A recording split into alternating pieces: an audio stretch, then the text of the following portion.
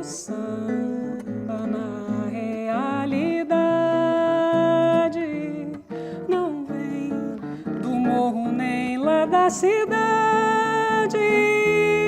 E quem suportar uma paixão sentirá que o samba então nasce do coração.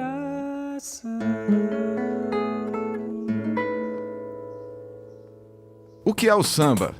A resposta para essa pergunta tem motivado estudiosos da canção popular e os próprios sambistas, que tentam, em música e verso, decifrar o mistério desse ritmo tão brasileiro. Os pesquisadores buscam iluminar aspectos históricos, sociais, culturais, musicais em torno do samba.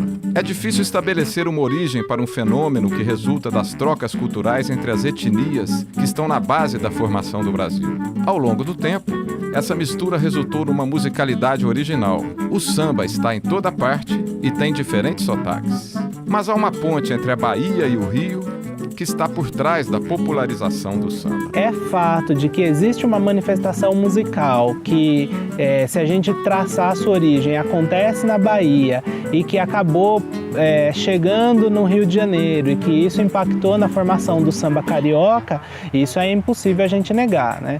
Nos primeiros anos do século XX, havia no Rio de Janeiro uma região conhecida como Pequena África. Lá, a tia Seata, babalorixá vinda da Bahia, recebia em sua casa políticos influentes, artistas, intelectuais.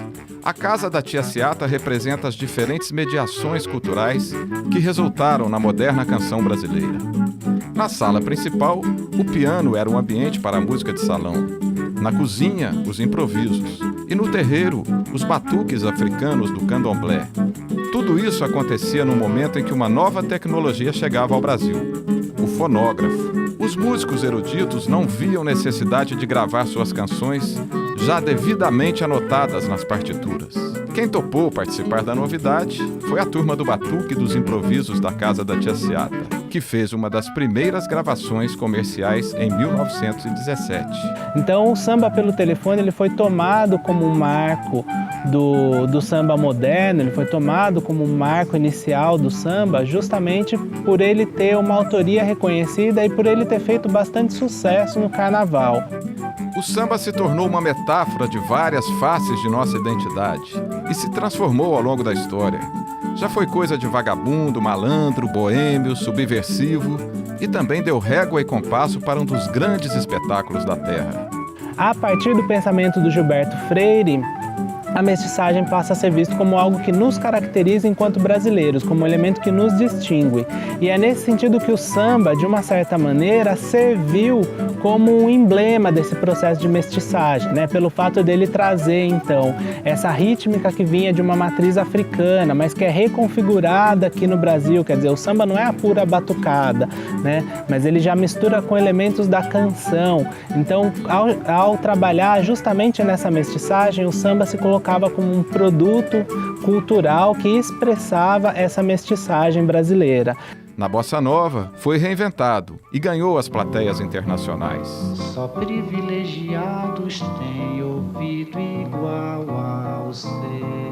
Eu possuo apenas o que Deus me deu. Samba é rede de recados, no tempo e no espaço. Uma conexão entre gerações e culturas. Ao mesmo tempo que você tem uma indústria bastante racionalizada, o samba também busca voltar naquele movimento mais comunitário que marcou o nascimento dele. Porque se tem algo que segue vivo, é o samba.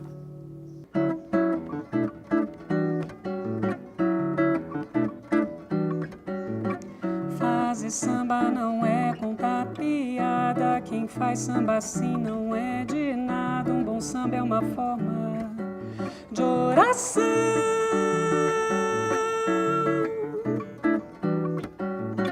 Porque o samba é tristeza que balança, e a tristeza tem sempre uma esperança, e a tristeza tem sempre uma esperança do dia não ser mais triste, não.